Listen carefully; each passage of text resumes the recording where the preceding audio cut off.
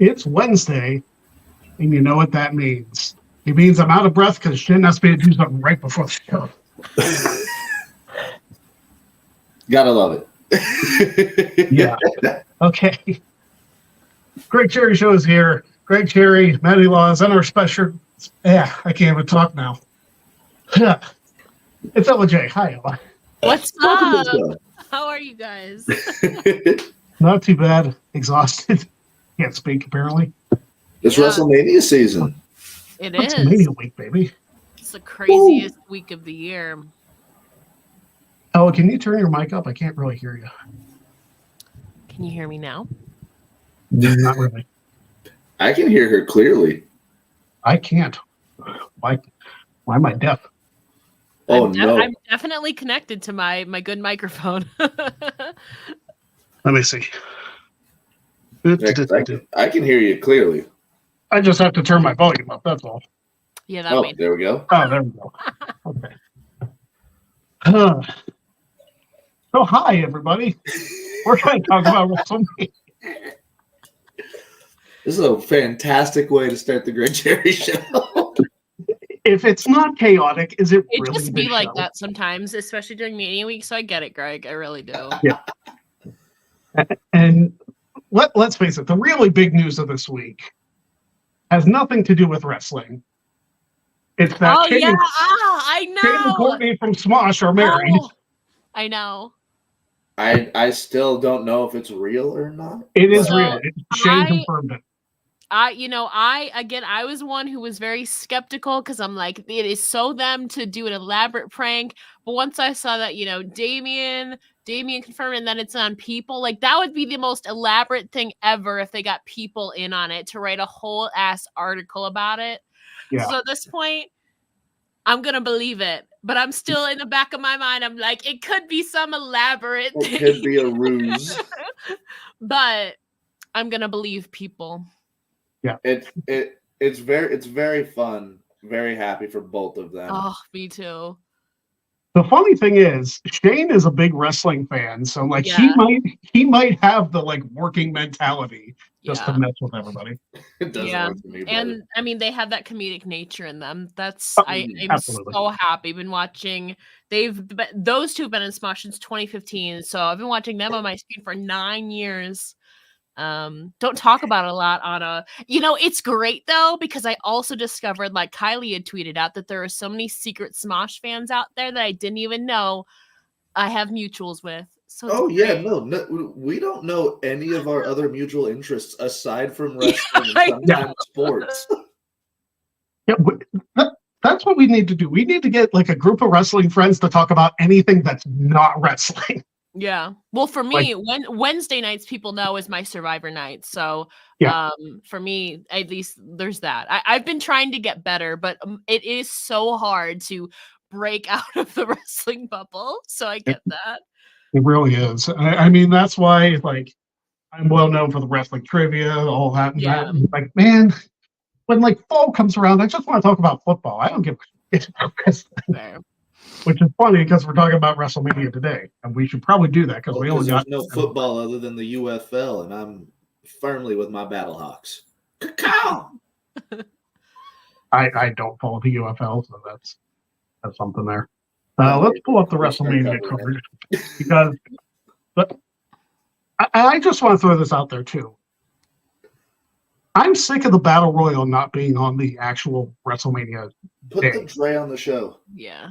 Or hell, make it a pre-show thing, like kickoff. Exactly. That's even okay, We don't need 2 hours of video packages for a 4-hour show each night. We don't. Yeah, that's true. I don't think everybody wants to hear Booker T and JBL talk for that long. No, we don't.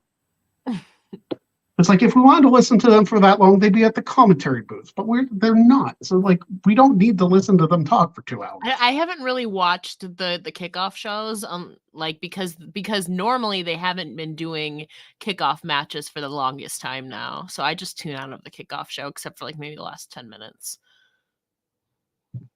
Okay. Apparently, I don't know if these are the official night 1 and night 2 cards. So I'm guessing. I got them through CBS Sports on Tuesday. Okay. I'm on the Wikipedia, so this may be completely wrong, but we're just going to go with the matches. The only real matches that we know are going to happen on night 1 and night 2 are the main events. At least as far as I know. I also have a question from Maddie. You're wearing a Cowboys hat when we're Mania's in Philly. It's my Philly green cowboy hat. Okay, the lighting doesn't do it justice. No, it doesn't. Okay. Yeah, I was going to say, if Jeff was here, he would have no problem with it. But, you know. Trust me, I will always do anything but big up the Cowboys. Fair. Or the Chiefs. Well, yeah. You kind of have to deal with that now. So first of all, let's talk about Rhea Ripley versus Becky Lynch for the Women's World Championship. Night 1 match, it's looking like. That's a badass shirt. Mm-hmm. I'm going to make the prediction here. I'm going to say that Rhea retains. I don't know what it is, but I don't know right now if we need another run for Becky Lynch. I feel like Rhea's going to keep it. Ella, what do you think? And I agree. I will say though, this is the match that I'm the most uncertain about because it could swing either way. Honestly, most of the matches I feel pretty confident in my picks. This one I'm the most uncertain about because it could go either way, simply because it's Becky Lynch and Rhea Ripley. But I do also have Rhea retaining. I think depending on whether there's like another draft or maybe it's at Mania next year, I think Bianca Belair is going to be the one to take the title off of Rhea. So for that reason, I have Rhea retaining here, but there is absolutely a case for Becky to win it here as well. But I will go with Rhea. All right, Maddie. We're starting off with a clean sweep because I also think it's going to be Rhea. Rhea's not going to drop the belt for a while, but as Ella said, the thing that makes this uncertain for me is Rhea's been doing the house show circuit with a cast on. So, there's a clear injury there, but she's powering through it. Yeah, she just said it's been simple wear and tear, and it's kind of a recurring thing she has. But she says that the pain that she's been pushing through it. So as long as it hasn't worsened, she should be okay to go. All right. The next match that we have is going to be Gunther versus Sami Zayn for the Intercontinental Championship. And I've been pretty vocal about this one. Actually, I'll go last. I'll let Ella go first on this one. I have Gunther retaining here. I do not see Gunther at this point losing the IC title before Bash in Berlin. That would be crazy for them to do that. And considering the World Heavyweight Championship scene, in my eyes, is going to get so complicated with Punk, with Drew, with Seth, with the potential Damian Priest cash-in. I don't think Gunther is going to be stepping into this World Heavyweight Championship scene until at the very earliest the second half of this year. And considering Bash in Berlin is in Europe, I think he's going to walk into that to kind of his home continent ovation. So I have Gunther retaining, but I will not be mad if Sami Zayn wins. But I do have Gunther retaining. Maddie. I also have Gunther retaining, but I did have somebody talk me into another idea, which would be you have Sami Zayn win because Gunther going into Bash at Berlin will go on to face someone like Drew, who would be holding the World Heavyweight Championship. So you can have him challenge for the world title at Bash at Berlin. It's kind of hot-shotting it, but depends when Punk comes back is the whole thing. I feel like Punk coming back, if they do Drew and Punk, I feel like that's a SummerSlam match. Just because of the feud that they have. And we'll get you can have Punk cost Drew as well. Yeah, I hate that. I hate that booking, though, because it is very lazy. We'll get to it when we get to the World Heavyweight title. But I'm also saying Gunther retains. And people are like, oh, Sami needs to have his WrestleMania moment. He had a WrestleMania moment last year in the main event. He did. In probably one of, if not the best tag team match in WrestleMania history. Yeah, this is gonna be a really good match. Sami Zayn is gonna get the living life chopped out of him. He's gonna be red all over. It's gonna be that underdog. Can he? Will he? I don't think he will, but I feel like this is gonna be a really underrated match. But I think it's going to be solid simply because it's Sami and Gunther. But I do have, again, I could see a case for Sami winning, but I don't think right now. I have Gunther retaining. So I just don't like Sami winning because he's already been Intercontinental Champion. that's fair. So I feel like him ending Gunther's reign would very much give off, like, did he really need it vibes, kind of like WrestleMania 30 with Taker. I don't know. I won't be mad at it. Like, I love Sami Zayn. I won't be mad at it. But I won't be mad. Like you said, yeah. I feel like there's going to be some shenanigans. Maybe a Gable heel turn. I still need Gable to get the IC title off Gunther. Yeah. Next up, this is the match I think is going to open night one. It is the 6-pack ladder match for the Undisputed Tag Team Championship. You have the current champions, the Judgment Day, Balor and Priest, DIY, Awesome Truth, New Day. Apparently their team name is called A-Town Down Under. A-Town Down Under. Awesome Theory. And the New Catch Republic with Pete Dunne and Tyler Bate. I refuse to call them that. Yeah. Matty, we'll go with you first. So going with me first is the weirdest one because I have them splitting the belts in this match. I have two people. That's not weird at all because this is going in the direction of my prediction. Go on. Yeah, I've got two people coming down with the straps, and the two teams that I have coming down with it are Damian Priest of Judgment Day, and I've got Truth of Awesome Truth coming down. You think they're going to retain one of the sets? Huh? You think that Judgment Day is going to retain one of the sets? Yes, I do. Interesting. Okay, well, this has got to be the first time that we diverge because I'm with you on Awesome Truth, but I feel like it's gonna be. I feel like they're gonna go Dunn and Bate because, and I say this because I don't know if any of you know who Joey Swole is, but he's posted a video recently getting in Theory of Lawler's face. So I feel like he's probably going to be involved in some capacity because he mentioned going to WrestleMania. So I don't feel like Theory of Lawler are going to win a championship in this match. So I'm going to go with Dunn and Bate and Awesome Truth. Ella. Can agree with half of the consensus is Awesome Truth. This match will not end until both sets of titles are claimed. I do have R-Truth pulling down the Raw Tag Team Championships and him not realizing that you can grab both. So that being Raw, for me, that leaves a SmackDown. You would ideally probably have a SmackDown team grab them. R-Truth and Miz are faces. You would maybe want a heel team to grab the SmackDown. And by then, you're only down to 2 teams. I have A-Town Down Under going in. Miz is going to be like, yo, where's the other one? For me, in my mind. Meanwhile, Waller or Theory is going to grab the SmackDown tag team titles. I think we're going to have a face and a heel team, Raw and SmackDown, grab them. It could very well be New Catch Republic. I don't see Judgment Day retaining here because I have a thing that we'll get to later on. It could very well be New Catch Republic, but I do absolutely agree. Like, I don't think that R-Truth and Miz are going to hold them long, but let them have that WrestleMania moment. Let R-Truth finally get that Mania moment. Exactly. So at least we're all in agreement on Awesome Truth.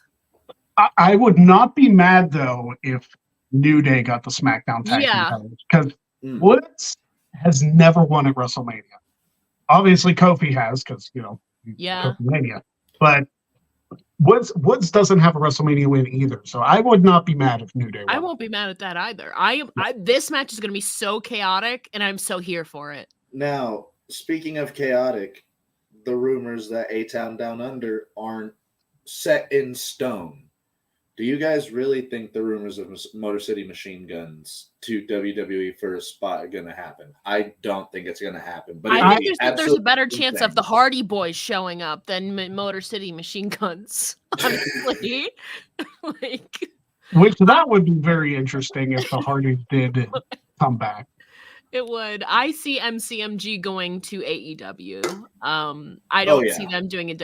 I mean, unless it's for like a one night thing only, but I don't think WWE would have an act who's never been in WWE do a one night thing just for them to go to AEW like a month later. Well, I'll say this: if there is a mystery team, they're pulling down one of the sets of belts. Yeah. Yes, or both sets of belts. Who knows? Not both. They got to split this. I think I find it great that all three of us are in agreement that they're going to split the tag titles. I think because they made that the match is not over until both sets are pulled. I feel like they have to. This is literally the perfect way to do it. Without making it complicated. But it would actually kind of is complicated because then who does Judgment Day in my mind? Then what do they get the rematch for? What titles? Let's be honest. The unification of both the tag titles and the world title screwed up. I know.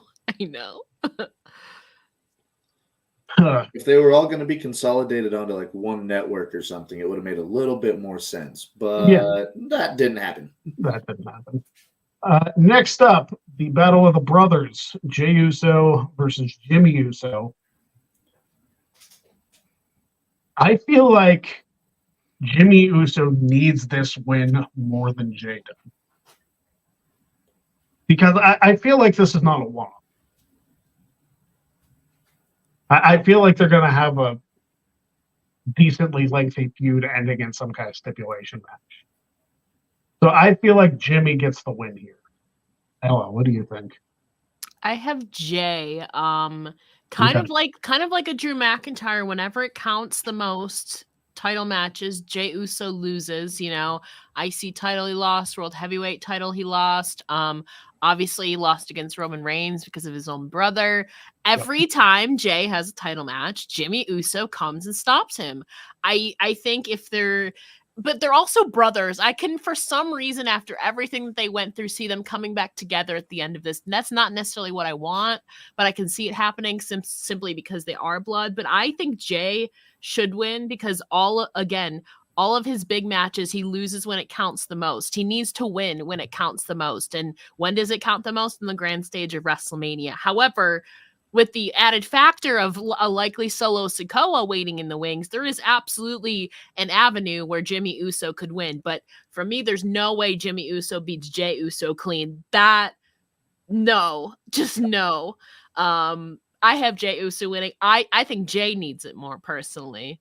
But I can see a case for Jimmy winning only if Solo helps him win, though. Right. Matty. This is my most ridiculous booking of the entire 2 nights. Ref bump. Solo comes in. Solo is pissed off that he has to deal with both of his brothers' bullshit at this point in time. He hits both of them with the spike. He starts with Jey, so Jimmy gets all excited. He hits Jimmy with the spike. Solo walks away. Jimmy barely gets his arm over, so when the ref comes to, Jimmy's arm is over Jey. 1, 2, 3. Jimmy wins, but nobody really wins. Not the match I thought would be severely overbooked, but again, we'll get there. Oh no, we're gonna get a lot of overbooked. We're gonna get a lot of overbooked stuff this entire weekend. Any bloodline match is going to have overbooked stuff. Oh yeah, that's the exact reason. But for me, I don't think this one is going to be as crazy as the night 2 main events. No, it's not going to be bad. Which should be overbooked, in my opinion. Which won't be as overbooked. Yeah. It's just the ending that's going to be overbooked. Oh yeah, it's going to be complete chaos, and hopefully in the best way possible. Next up, we have a 6-woman tag team match. Bianca Belair, Jade Cargill, and Naomi take on Damage Control, Dakota Kai, Asuka, and Kairi Sane. I don't think there's any doubt in anybody's mind, at least not mine, who's going to win. Ella? Yeah, this is the most clear-cut match on the card. They're not going to have Bianca Belair lose her WrestleMania winning streak in a tag team match. They are not going to look, unless God forbid something happens by accident, they're not going to have Jade Cargill lose in her only second match, unless for some reason they book her last minute on SmackDown. But they're not going to have her lose in her first WrestleMania match going, and they're going to want to make her look strong. Dakota Kai is the perfect person to be able to bump the heck for Jade Cargill. I have them winning, Jade, Naomi, and Bianca. The only thing that sucks, it's another WrestleMania L for Asuka. It's the only thing. And the women's tag team titles aren't being defended, but that could happen in the future. When Jade, Bianca, and Naomi defeat them, they could maybe get a shot at the tag titles. But yeah, this is the most clear-cut match for me. Matty. I love that she pointed out Asuka's losing streak at WrestleMania. And yes, this is going to continue because Bianca, Jade, and Naomi are going to win. It's going to be a very fun match. Yeah. I'm happy all 6 of these women get a WrestleMania match and they're going to shine. It's not going to be a long match, but it's going to be a damn fun one. Yeah. The Asuka Taker streak is going to continue. It's baffling to me. She's been in 5 WrestleManias? 34, 35, 36, 37, 39. And she came back the night after 38, I think. So she's been in 5 WrestleMania matches and has not won a single one of them. After the way she was booked in NXT, that's incredibly hard. It's going to be 0 for 6. Because I think Bianca, Jade, and Naomi win, and I'm going to say it's Jade pinning Dakota. Yeah, so that would be the most likely. I'm seeing in the chat that people are like, I think Jade's going to turn on their team. I think it's too soon to do that, personally. If they are going to get her into a feud with like Bianca or Naomi, don't have her turn on them, but have her try to like one-up them at every avenue that she's in there. So, like, try to outshine them during their match. Yeah, I it's way too early to do a heel turn, especially with a fresh character on WWE TV. Like, obviously, she was a heel for her entire time in AEW, but different place, fresh slate. So, I don't think it's needed. Next up, I'm predicting this match is probably going to be right after the ladder match. It's going to be the LWO, Rey Mysterio and Dragon Lee versus Santos Escobar and Dominic Mysterio. Matty, your thoughts on this one? I actually thought I heard something about this being on the pre-show, but I could be wrong. But this is going to be a very fun lucha match. You've got 2 of the most prominent luchadors of the modern era with Santos and Dragon Lee. You've got Rey Mysterio, one of the greatest luchadors of all time, and then we've got Dom. It's going to be a hell of a fun match, and I think this might be one of Dom's best matches that he has, just because of who he's going to be in the ring with. I see, I think I said Santos and Dom winning. Yeah, I'm going to second that. I think since Dominic lost last year to Rey, I think he's going to get his win back. Good old WWE 50-50 booking. Yeah, I think Santos and Dom are going to win this one. There's no stipulation or anything, so that's what I agree with both of you, like Greg said. And also, I think Ray's going to want to put over his son, on the grand stage because he already got the win last year.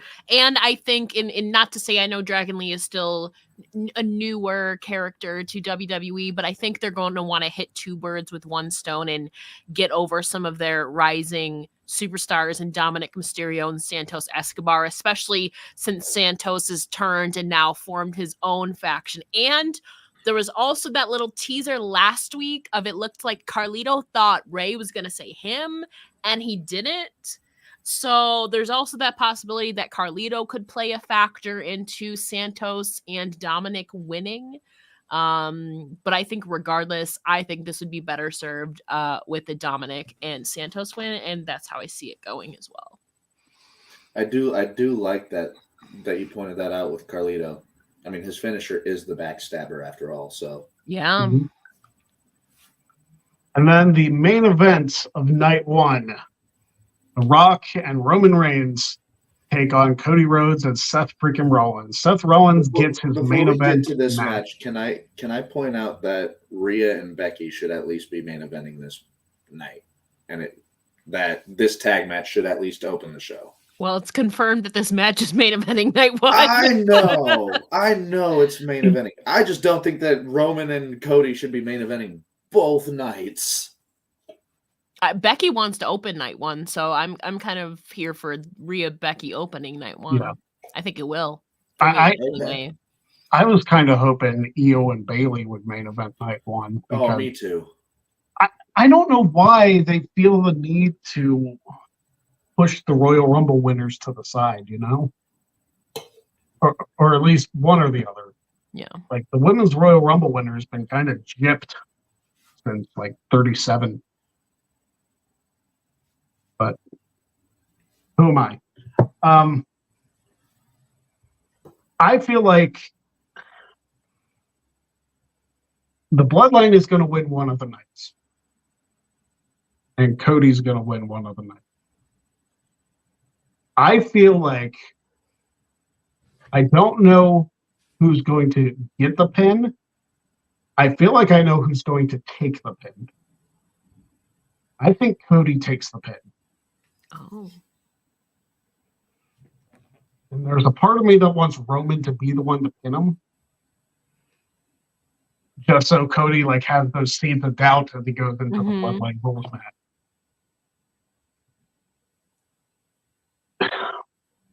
I feel like The Rock would probably get the pin, but I want it to be Roman. I feel like The Rock and Roman win. That's basically what I got. I can agree with that. You don't introduce the possibility of Bloodline rules on night 2 and not have Bloodline rules on night 2. Yeah. Because regardless, even if there wasn't Bloodline rules, there was going to be shenanigans anyway. So why not just make it the most overbooked on night 2, which we'll talk about. But I do also have Rock and Roman winning here. I don't know who gets the pin, but I have Seth Rollins getting. I think this. It's going to be bangers for Seth Rollins, but for me, I have Seth taking L's across the board this weekend, which we'll talk about later. This is not going to be Seth Rollins' weekend in my mind. I don't know whether it's Rock or Roman getting the pin on him, but I have Rock and Roman winning as well, and then we get Bloodline rules on night 2 for Roman and Cody. Matty, do you agree? That is another clean sweep because, as Ella said, Seth getting that ass beat. No. I think it's going to be The Rock pinning Seth in this match, but Roman might take Cody out on the outside. I feel like Seth being pinned in this match kind of takes away from it because Seth is kind of, even as the World Heavyweight Champion, he's kind of a bit player here. Mm-hmm. He's been so distracted, though. Like Drew has pointed out, he's been so distracted from Drew and gotten so wrapped up in the Bloodline stuff. I think he's going to be distracted. I feel like that's why Seth shouldn't take the pin, because he's thinking Drew is an afterthought. So he's putting everything in this. And I feel like Cody should take the pin. Seth is boiled down. He's like, okay, well, I can refocus. But Drew's already ready for him. And we might as well talk about that one next, Seth and Drew. I am having a very hard time convincing myself that Priest is going to cash in on the World Heavyweight Championship. I don't. I absolutely believe that's happening. I'm all in on it. I am absolutely believing that's happening. Here's my problem, though. That if he cashes in on the World Heavyweight title, to me, that means Seth beats him. I'll hear your case. I don't like a heel cashing in on a heel. I know it's happened before, but to me, Drew has to win this to get his WrestleMania moment. Because yes, he won the WWE title, but nobody was there for it. And he has done so well since his heel turn. One of the best characters on WWE TV right now. So to see Seth have a match the night before and then come back and beat Drew just does not sit well with me. That's why I don't want Punk anywhere near this match. But I feel like he absolutely is. I'm so conflicted because, like, if Punk cost Drew, then yeah, Priest is absolutely going to cash in. This match frustrates me so much. I don't know if there's a way to make me happy with this match. I go ahead, Maddie. I have a case. You go ahead, Ella. Okay. So I have Drew absolutely defeating Seth Rollins. You know, Drew kind of like a Jey Uso again when it matters the most in all of the IC title, World Heavyweight against Roman. He's lost. That's his whole shtick. He's been screwed over. He's lost when it counts the most. He finally gets that moment where he finally gets a win when it matters most, and it's on the grandest stage of them all. But CM Punk is there. Also, Damian Priest has had issues with Drew McIntyre and butting heads before and after War Games, so Damian Priest is also not a fan of Drew McIntyre. CM Punk is also not a fan of Drew McIntyre nor Seth Rollins. So for me, CM Punk has absolute motive to help Damian Priest cash in successfully on Drew McIntyre. And I feel like it's just the pinnacle of Drew's story. He finally gets that moment of he thinks he's gotten victory and he breaks this curse that's been happening to him, but actually, psych. And plus his contract's coming up. We don't know what's happening with that. I think he's going to get that moment. He thinks he's going to get it, and then actually psych. And then they're going to lean into, again, the kind of the conspiracy going around Drew McIntyre. And honestly, I've been loving delusional, savage, wildcard Drew McIntyre. Part of me wants him to have that moment, but then get it ripped away from him again. Do I think Damian's reign is going to last long? No, maybe 24 hours, 8 days at most. But I think with CM Punk going to be at Mania, this is the perfect way to take care of your Money in the Bank problem and also, tease that Punk Drew thing going on. And then if Drew re-signs in April, title just goes back right to him 8 days, 2 weeks later. I don't know. I think it's depending on his contract situation. But for me, it's kind of 3 birds with 1 stone. Abby? I have Drew winning in dominant fashion in like a 5-minute match. Wow. Very, very short. Seth gets like 1 outburst of offense, and then Drew absolutely snuffs it out because, again, Seth has not paid attention to Drew at all. Do I see CM Punk coming in and screwing over McIntyre for Damian Priest to cash in? Very potential. But I don't know if that happens. I think Priest is going to hold on to that briefcase until like the absolute last moment. And then the new Money in the Bank winner cashes in on him. He's just one. I don't know. That would be absolutely hilarious. I've seen people say that. I feel like the only 2 scenarios are that the Mania or the last minute one where he gets screwed over by the new men's Money in the Bank winner, which would just be hilarious. That would be time's running out. Breaker. Yeah, time's running out. So we do have a super chat from Josh who says, "Sorry, I'm late. Had choir practice. Cody, you better win or you will never hear the end of it from Daisy." Daisy tweeted about that earlier. All love to Daddy Matty. Ella is the queen. Really looking forward to Mania, especially if Declan McMahon's tweet is an Easter egg. I saw that. Who? You never know. Shane McMahon's son. Shane McMahon's son who plays football player? Yeah, he plays college ball for Indiana. Okay. But yeah, I would be very happy if a Shane McMahon appearance happened and he redeemed himself from last year. So no leapfrog, Shane, if you're back. Next match. Let's talk about the WWE Women's Championship, Io Sky versus Bayley. This is a match I thought was going to be a slam dunk. But I just have seeds of doubt with this one. Ella, what do you think about the women's championship match? Well, I enjoy both performers. I'm actually more of a fan with Io, but I think it is rightful for Bayley to win because, since the inception of Damage Control, Bayley's been kind of in the background a little bit. She's been the supporting character, helping Dakota and Io get the women's tag team titles, and then helping Io cash in Money in the Bank on Bianca Belair, which was the start of her reign. She kind of laid the groundwork for them a little bit, and got them some title reigns. I think now is the time. And also, this is Bayley's first singles match at WrestleMania. And it'll also, for me, in my mind, be the first time she wins a championship at Mania. She's retained before, obviously, but I think it's time to get Bayley her flowers. And so for me, this is the perfect opportunity to do so. That was 2020, whatever 2017 Mania was. I think it was a 4-way with Charlotte, Sasha, and Nia. Bayley came in and walked out, but she's never won a championship at Mania, never had a singles match at Mania. So for me, this is the match after all the story, and also to give Bayley her flowers. But I will absolutely not be mad if Io retains here because I love Io as well. But I think story-wise, it makes more sense for Bayley for me. Matty.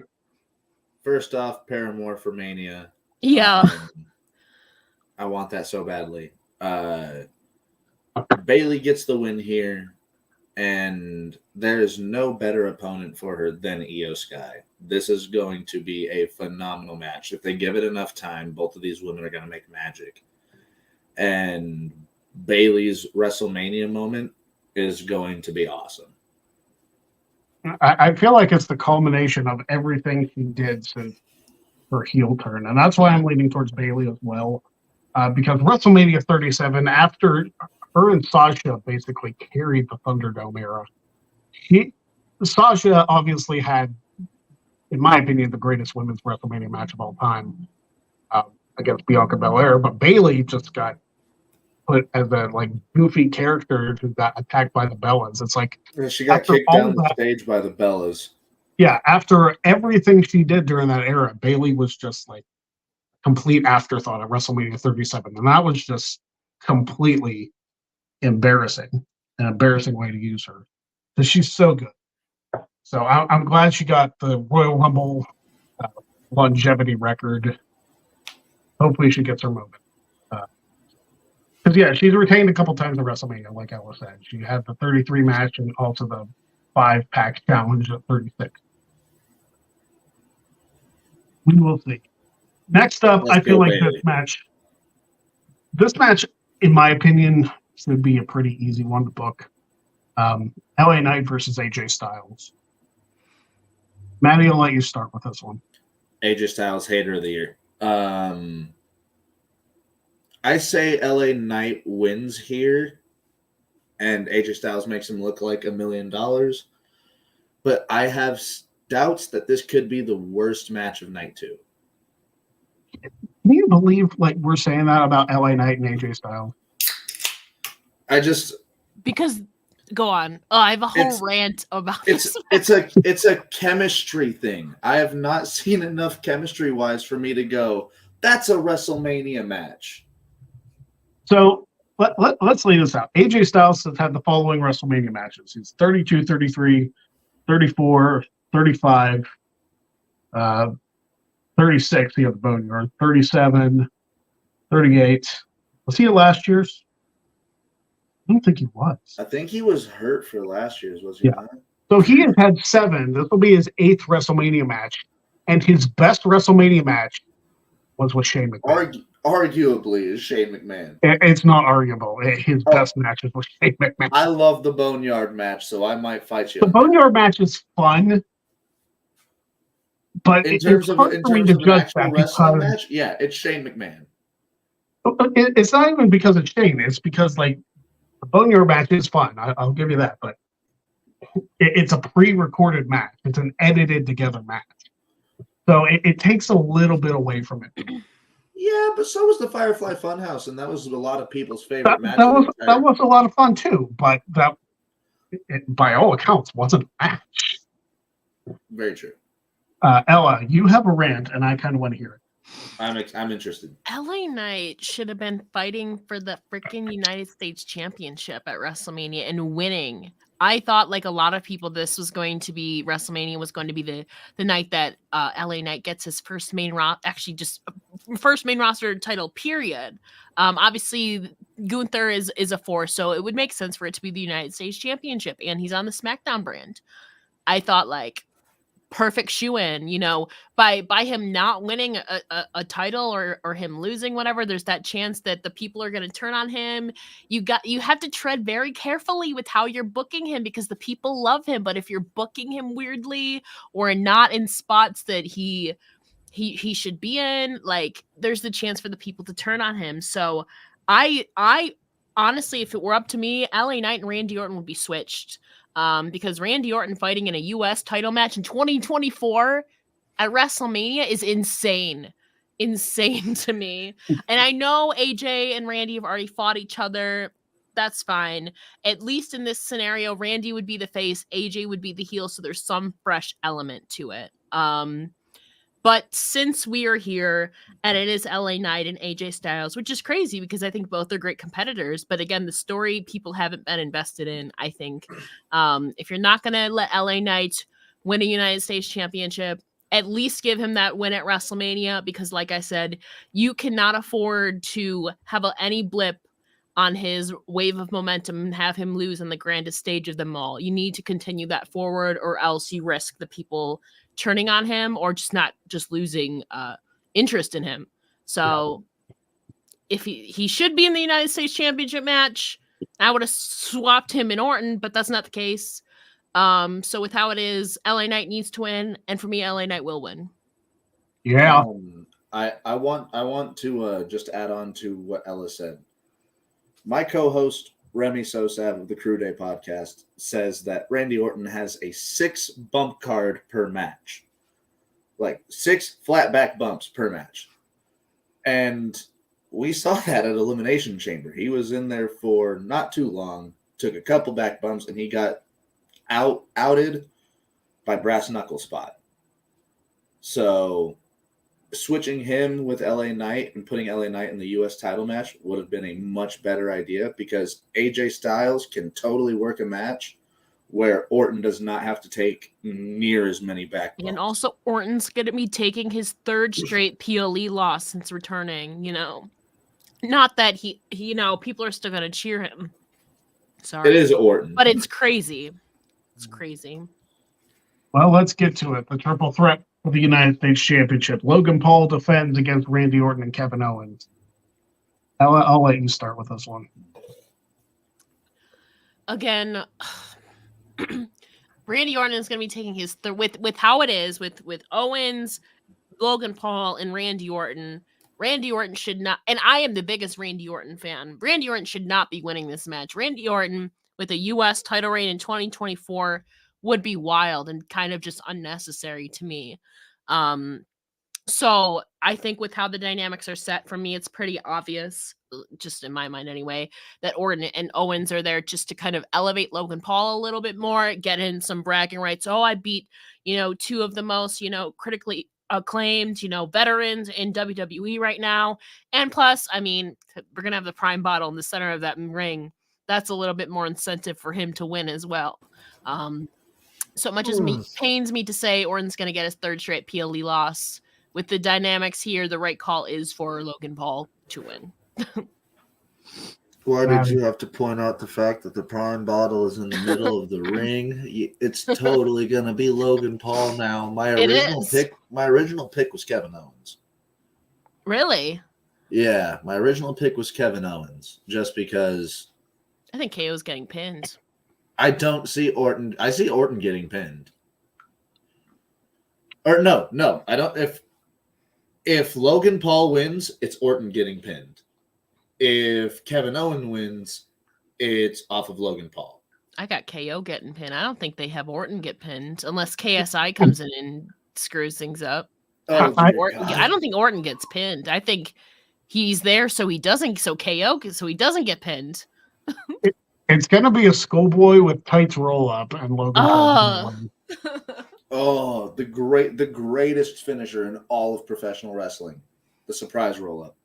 The surprise roll-up with tights. That's why I go back on the classic. So all three of us, I'm assuming, have different answers? Well, I'm picking Logan Paul. Yeah. Okay. Honestly, I think Logan Paul and LA Knight's going to happen at SummerSlam. The thing too, like for me, if they would have booked LA Knight, Logan Paul, and Kevin Owens, we saw last year in the lead to Money in the Bank, Logan Paul and LA Knight were amazing in their little back and forth microphone promo segments. Like there was so potential there, which is why I was like, LA Knight beating Logan Paul on the WrestleMania stage, winning his first singles title, that's like feud potential right there.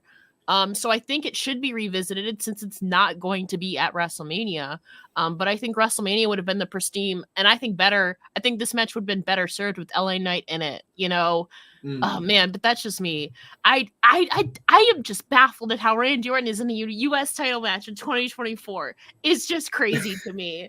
Like what? I think he held the title for 28 days before. Yep. That's it. And lost it to Jinder Mahal. Exactly. I don't want to talk about that period of time, but yes. We can talk about the fact that it wasn't even the first title he lost to Jinder Mahal. Let's not talk about that time. And I love Randy Orton. This booking just baffles me, but with how it's set, I have Logan Paul retaining. Well, if you guys have Logan Paul, losing the belt in SummerSlam, it would totally tie into the WWE tradition of having someone lose in their home state. That's true. Yep. I mean, if it's LA Knight is not winning a US title match at Mania, SummerSlam has to be SummerSlam. Honestly. It has to be. Nah, Damian Priest is cashing in. They're in the US. At this point, it's a possibility for real, though. I mean, Theory kind of blew that open when he cashed in on the US title and lost. Yeah. Oh. As far as I'm concerned, that's the moment when Money in the Bank lost a lot of its importance. It's like if you cash in on a secondary title and still lose, the gimmick's pretty much dead. When Damian Sandow cashed in on a hurt John Cena, and John Cena still Super Cena'd his way to the win, I was like, great. Depending on who's champion, the Money in the Bank does not matter. Yeah. All right. We got 2 matches left. The 6-man Philadelphia street fights between Lashley and the Prophets, and the final testament of Karrion Kross and the authors of Pain, Akam and Razor. I feel like I'm looking back at my booking because I'm trying to make my predictions like it's like a freaking date test or something where you go C, A, B, D, just to make sure you have like an even amount of answers. And I'm kind of thinking that the final testament wins this.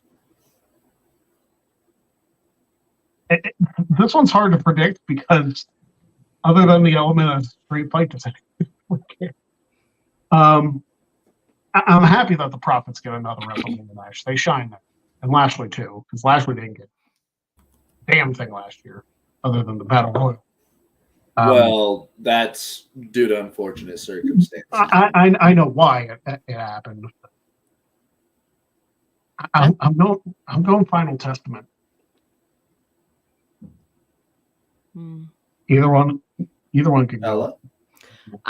Because Bobby Lashley didn't have a match last year, again to no fault of his own.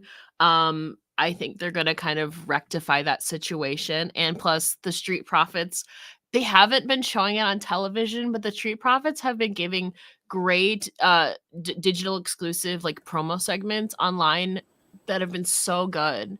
I think that the Pride, as they're called, Bobby Lashley and the Street Profits are going to walk away to rectify last year for Bobby, and also get the Street Profits a moment because I think that people love the Street Profits. I mean, I guess there's a case for the Final Testament because they are so like mystifying and all of that, but I think honestly the right call here would be the Pride. So I have them winning. And Matty. So, of all the matches on the 2-night WrestleMania card, this is the one that I had the hardest time predicting Because if you have Bobby and the Profits lose, you basically kill anything that they want to do with them. But if you have them beat Final Testament, you're killing any momentum that they had, and you're kind of starting to build their momentum. I begrudgingly went with Final Testament, but because I love just the appearance, the appeal of the Profits with Bobby Lashley. It just, that entire thing was so good, and they ruined it. Karrion Kross just hasn't recovered from losing that match to Jeff Hardy. And coming out and like freaking, I just don't really care at this point with anything. They've been trying. Just for me, it's just not been my cup of tea. Personally, I would also love to see. I think Scarlett and B-Fab are definitely going to be involved somehow. Hell, Paul Ellering could be as well. It is a street fight, so anything pretty much goes. I think they're going to rectify last year's thing with Bobby this year. Yeah, I was about to say that Karrion Kross's gimmick is Scarlett Bordeaux. I just wish that AOP would come out with their old theme song. Their old theme song and the presentation with Paul Ellering was fantastic. I need to go listen to that because I cannot remember it off the top of my head. I mean, it's a CFO's theme, so it just loops a lot. Finally, the undisputed WWE Universal Championship. Roman Reigns, Cody Rhodes.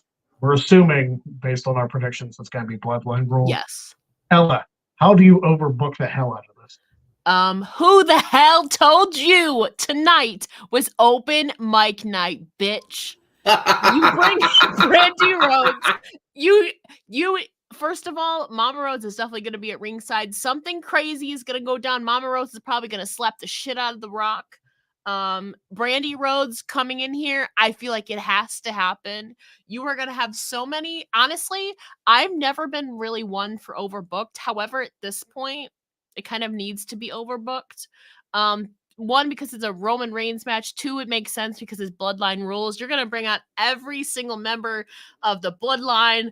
Rikishi's going to be there. Alpha, Sika, literally everybody. And then Cody's parade comes in. Brandy, heck, Pharaoh could pop in. Cena could pop in. Stone Cold could pop in. Honestly, I will say, as long as Cody wins, I really don't care how overbooked this match is. I really don't. It could be as overbooked as you want. Ref bump everywhere, it's a glass shattering, some random appearance. I don't care really at this point, as long as Cody Rhodes walks out with this WWE Universal Championship. For me, he is going to, but after last year, I will not be fooled again. I am not going in 100% on Cody because there is still that possibility, simply for the fact that they would want Roman to overtake Hogan in September, which I kind of want because F Hulk Hogan, but also I can't, me personally, I will go crazy another 6 months to a year of a Roman Reigns reign. I recognize there's that little chance, but I have Cody Rhodes winning because if he doesn't, I have to ask again. Can we swear in here? I already did, but I'm gonna ask anyway. Yeah, go ahead.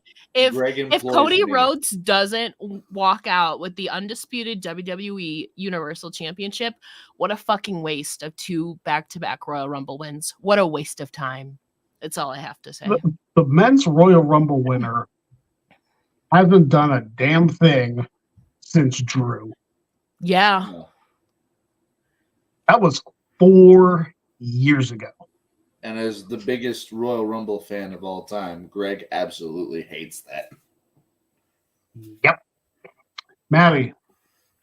I'm not going to go into full detail of how I'm going to overbook this, but Stone Cold, Rikishi, the Usos, Solo, Seth Rollins, a beat to hell Seth Rollins. He can be limping out there in one Yeah, leg. he's gonna be limping. His out back's there. gonna be taped up. Yeah. He is basically the fodder for The Rock during that whole overbook thing. I forgot a big part of my thing. I also have Rock turning on Roman at some point. Anyways, go on.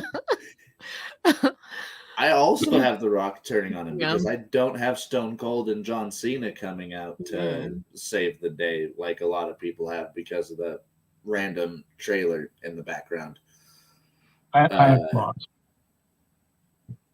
But if any of those people pop up, it's going to be Stone Cold. It's not going to be John Cena. But holy shit, yeah, it's going to be a ridiculously overbooked match. It's going to be one of the most... I said it's going to be 55 minutes from promo package till the final bell. Yeah. And I have Cody Rhodes finishing the story. Finally. But like Ella said, I am not too jaded anymore. You guys fucked me over once last year. Mm-hmm. Before I get to my prediction, I'm going to throw up these graphics. The Jeff Meacham Network is going to be doing several watch-alongs of events, including Bloodsport, which is incredible that Shayna Baszler is a part of that. Mm-hmm. So that's pretty awesome. The WWE people are getting involved in independent events. Meach's musings, of course, tomorrow. Jeff will be doing his WrestleMania predictions. Supercard of Honor on Friday. The Dads on Wrestling is going to be looking at the greatest women's championship matches. If it's not Sasha and Bianca, I'm going to smack them in the head. I'm sure there's argument there. Supercard of Honor, of course, at 7 o'clock. They're doing the predictions earlier. WWE Hall of Fame will be going on right after SmackDown, so they'll be doing a watch-along of that. NXT Stand and Deliver. Go check that out. Saturday, April 6th at noon. It's going to be an incredible wrestling weekend because WrestleMania, of course, night 1. The Slammies, which are back WrestleMania Sunday, early in the morning, 10 o'clock. And then night 2, of course, on Sunday night, beginning at 5 o'clock Eastern, which I don't know why they're starting during the pre-show, but it'll help get you ready. And, of course, the Raw After Mania. Long Beach's music. So I have a couple different ways that I thought about booking this match. One of them involves basically the Royal Rumble of people coming out to interfere in this match, including Seth, including Solo and Jay, The Rock, obviously, and Brandy and Mama Rose and Cena and Austin, Rikishi, all of them. So this ends one of two ways. But I'll say both of them end with Cody becoming champion. I like the sound of this already, Greg. Well, I see 2 different WrestleMania finished closes for night 2. Cody wins the championship, celebrates pyro, and confetti come down. He leaves the rings, walks up the ramp with Brandy, celebrating the championship. Roman's getting up. Rock looks at him, super disappointed, hits him with the rock bottom. Roman turns babyface. Alternate end. All that bullshit happens. Cody wins the championship. He's celebrating. Pyro goes off. Confetti comes down. Damian Priest cashes in money. I will be on heartbroken. On Cody. I will be heartbroken if he cashes in on Cody. I feel like that is such a dusty finish for WrestleMania.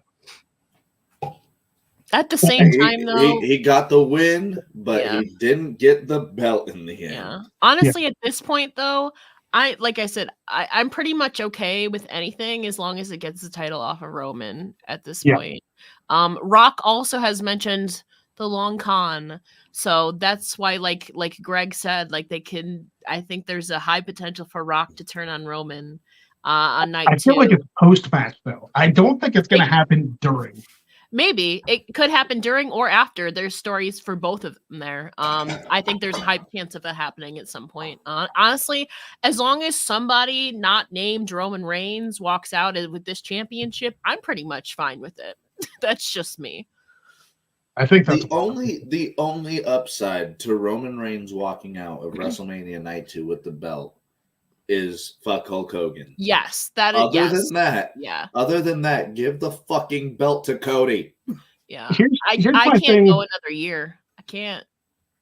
Here's my thing. I don't care if he passes Hogan because Hogan doesn't have the lead. San Martino has the lead. So you're just passing third place. Like, Hogan's not the longest of all time. And then we've got an excuse to have Roman hold it for 10 years. I can't. No. I will literally leave wrestling before that happens.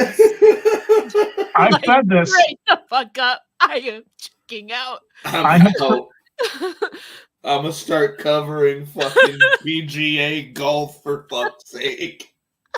If Monday morning rolls around and Roman Reigns is still champion, Wrestling Trivia Challenge is coming back because at 2,000 plus days, I'm holding on to my title longer than Roman will hold on to his, and I will make sure.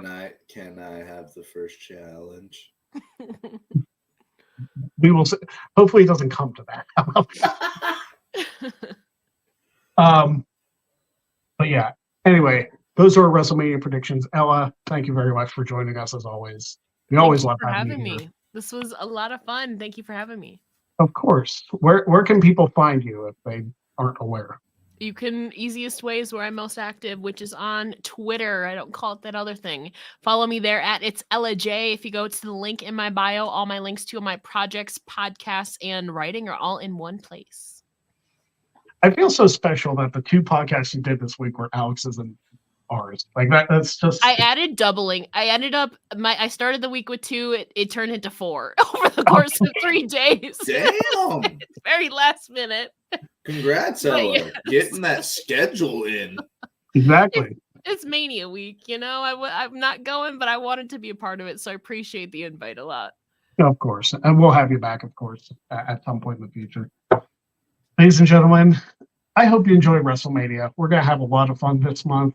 Greg Cherry Show next week. In a couple weeks' time, on Thursday, April 18th, we are doing Luck of the Draw again. Matty Laws, of course, will be there. We'll have several contestants there ready to get their maple syrup on. So wait, we're doing maple syrup this time?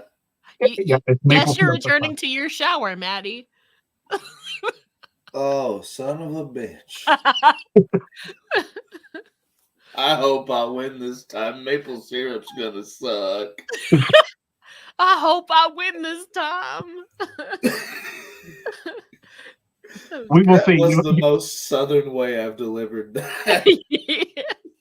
Good old Southern Colorado. Right. Ladies and gentlemen, thank you for joining us. Go follow Ella on all the socials. Keep it here on the Greg Cherry brand, and we will see you next week. Don't be a jag, and we'll see you next time on the Greg Cherry Show.